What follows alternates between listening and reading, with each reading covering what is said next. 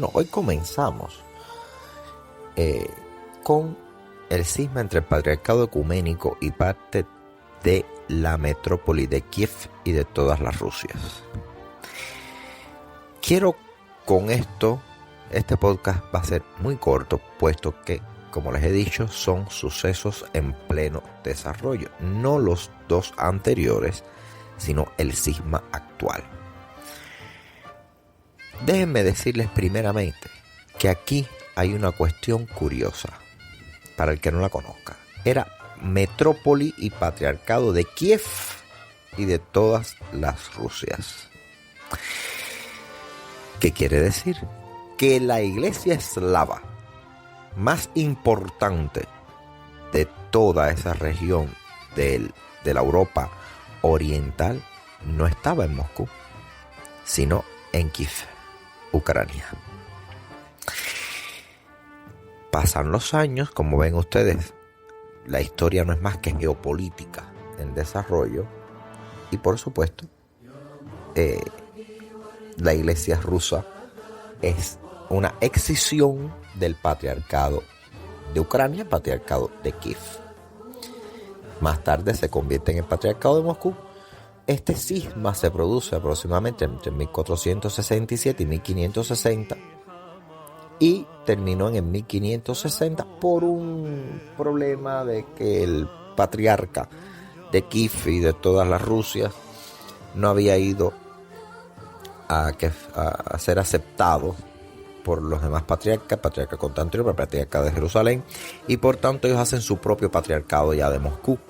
Es ahí donde se hace esa escisión del patriarcado. La iglesia rusa tiene una peculiaridad. La iglesia ortodoxa rusa siempre ha estado no al servicio, porque no es una iglesia servil,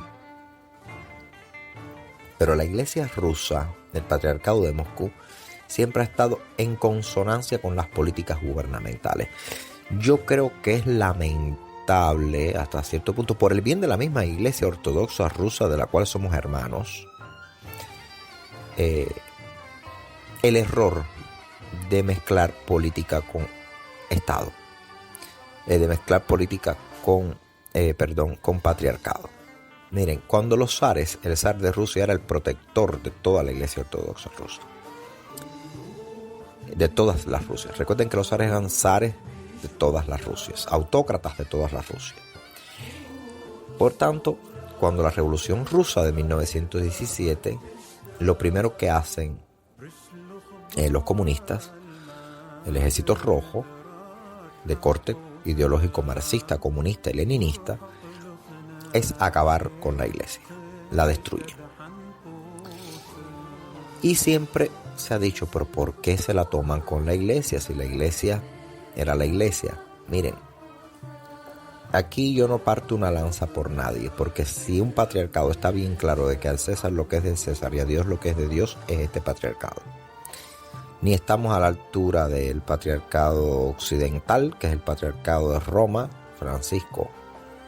No intervenimos en las políticas del Estado. Al Estado o lo sufrimos o nos da alivio, pero la iglesia siempre será perseguida por el Estado y el Estado a su vez hará con la iglesia lo que quiera. Pero en Rusia esto tomó un carácter muy arraigado a que la política estatal iba con la religiosa. Los zares de Rusia no para todos son santos, para la iglesia ortodoxa rusa son santos. Yo no voy a entrar a catalogar si los zares eran santos o no. Sobre todo el zar Alejandro. El zarevich, como ustedes saben, los ejecutan. Creo cristianamente que no debieron el Ejército Rojo haberlos asesinado, pero les estoy dando un bosquejo de que la iglesia ortodoxa rusa, el patriarcado de Moscú, siempre ha estado en consonancia con las políticas del Estado. Incluso muchos de sus líderes han colaborado de una forma u otra siempre, incluso con los gobiernos de corte comunista. El patriarcado de Moscú se establece formalmente en 1560. Siempre fue patriarcado de Kiev. Y vuelvo a decir Kiev y Kiev y Kiev, Porque la iglesia rusa ha tenido 3 cismas. En el que se elige un patriarca que no es validado por Jerusalén y Constantinopla. Por tanto, un poco como que quedó inválida y deciden separarse. Cuando aquí algo no nos va bien, nos separamos. Creemos que con eso resolvemos el problema. Después viene otro cisma, que es el cisma de los viejos creyentes, se llamó, y las normativas de Nikon, que comienza a hacer un progresismo en la iglesia rusa. Los viejos creyentes eran los que estaban acostumbrados a la vieja época. A la vieja época en cuanto a la liturgia. Prácticamente yo digo que lo que sucede en el cisma de los viejos creyentes de Rusia fue lo mismo que sucedió con Juan XXIII y el Concilio Vaticano II, lo que en esta ocasión con Nikon en Moscú. De ahí que Rusia se divide en esa época. El cisma más reciente de la Iglesia Ortodoxa rusa es el conflicto entre Rusia y Ucrania. Kirill de Moscú, yo creo que tomó una decisión. El Papa de Roma, Francisco, yo creo que se le enfrentó a Kirill de una forma que no debía ser. Dijo que era el monaguillo de Putin. Les hago estas historias porque realmente estamos viviendo historia. La iglesia sigue viviendo historia. Las personas piensan que la iglesia se quedó en un punto. Si la iglesia se quedó en un punto, quiso atrapar el tiempo en un espacio. Y recuerden siempre que hay 4 verdades teológicas. Nunca violen estas verdades teológicas en nada de su práctica diaria. La primera, que el todo es superior a la parte. Que la unidad es superior al conflicto.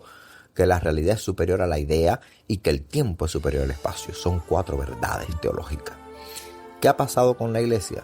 Que no entendió que el todo era superior a la parte, no entendió que la unidad era superior al conflicto, no entendió que el tiempo era superior al espacio porque trató de atrapar el espacio en un tiempo y tampoco entendió que la realidad era superior a la idea.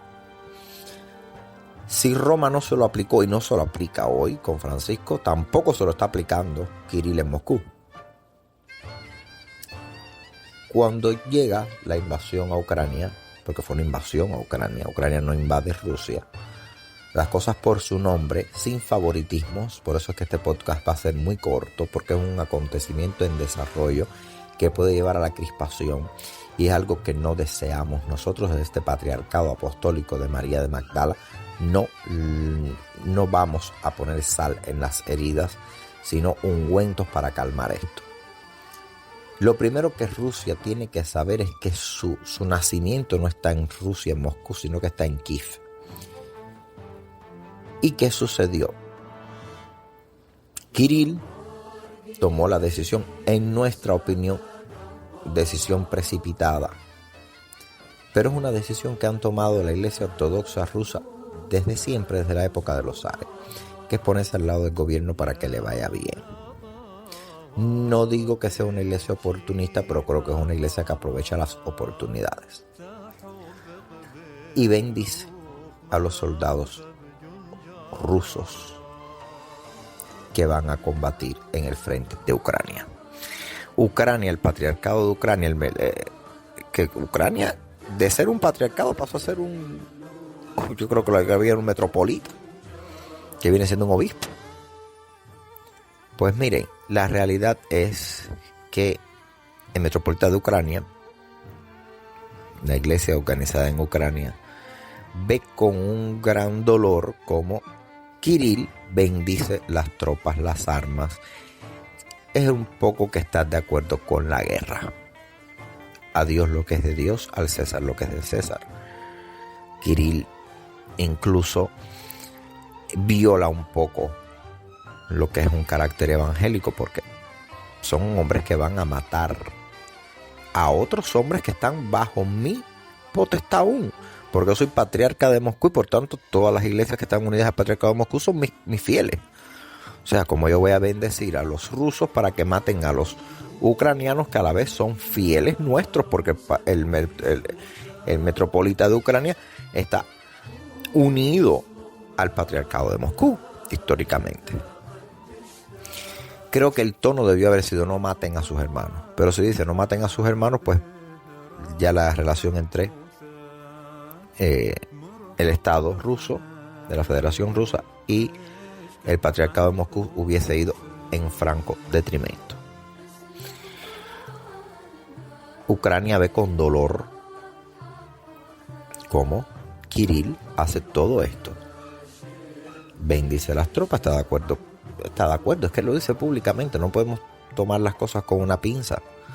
Hay que decir las verdades. Está de acuerdo con la guerra, está a favor de esa unificación que Rusia quiere anexar Ucrania. Ya no se sabe si es anexarla, si es cuando anexó Crimea sucedió lo mismo. No sabemos si lo que quiere es anexarla, combatirla. ¿Qué quiere hacer Putin en Ucrania? La iglesia no lo sabe bien. Porque a veces se toman un lugar, los ucranianos toman otro lugar en Rusia. No sabemos esta guerra. Realmente la iglesia dice esta guerra ¿por qué? Está bien que podemos ir a los sucesos de Donetsk y Lugansk, donde Ucrania tiene una responsabilidad, pero que se debía arreglar incluso por los patriarcas. Porque a todas luces el Estado ruso y el Estado ucraniano respetan los acuerdos eclesiásticos. Por tanto, quien tenía que resolver el problema de la guerra y evitarla era Kirill y el metropolita de Ucrania. No sucede así, perdón. La alergia es saben ya ustedes, ya los que me conocen saben que la alergia es mi enemiga. Y sucede que hace poco Ucrania se desliga del Patriarcado de Moscú, perdón, creando su propio patriarcado. Ya hay un patriarcado de Ucrania, de Kiev, al cual le transmitimos nuestra solidaridad, nuestro reconocimiento. La contestación solo es de recibido y un agradecimiento. Recuerden que nosotros no somos una iglesia grande, somos muy pequeña aún. No queremos ser grandes porque no queremos.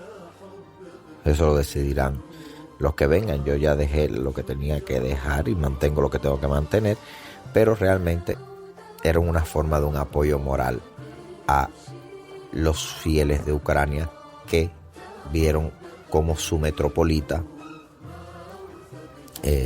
sufría el trato con Moscú, con Kirill, patriarca de Moscú. Por tanto, hay 3 cismas en la iglesia ortodoxa rusa. El cisma del patriarcado ecuménico y parte de la metrópolis de Kiev y de todas las Rusias. El segundo es el cisma de los viejos creyentes y las normativas de Nikon. Y el tercero es el cisma entre Rusia y Ucrania del año 2023, que está en pleno desarrollo. Por eso les digo, quien piense que la iglesia no se mueve, pues sí se mueve, y se mueve mucho por la geopolítica. Siempre un maldito, como yo digo, un maldito cacho de tierra ha llevado a la muerte a hermanos contra hermanos. Con esto llegamos al último cisma. No vamos a profundizar en estas cosas crudas que ha sucedido siempre en el patriarcado ecuménico y la metrópolis de Kiev y de todas las Rusias.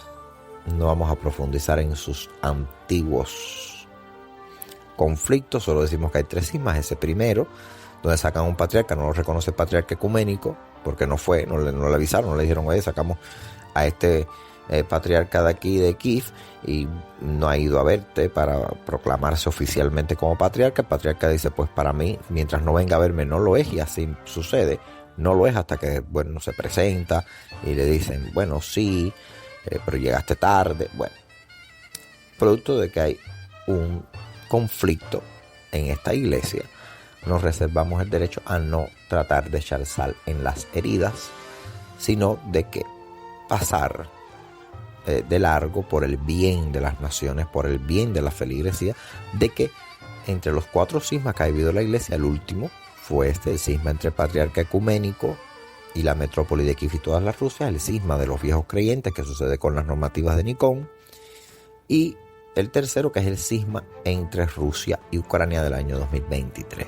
tanto la iglesia ha habido 4 cismas y la iglesia rusa tiene una subdivisión de que en el cisma de la iglesia ortodoxa rusa hay 3, el del patriarca ecuménico, el de los viejos creyentes y el de Ucrania y Rusia.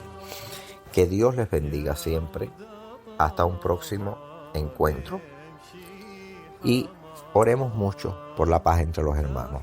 Que un hermano no tenga que matar a otro hermano por un cachito de tierra. Que al final para las personas podrá ser importante. Para los políticos un cacho de tierra es importante.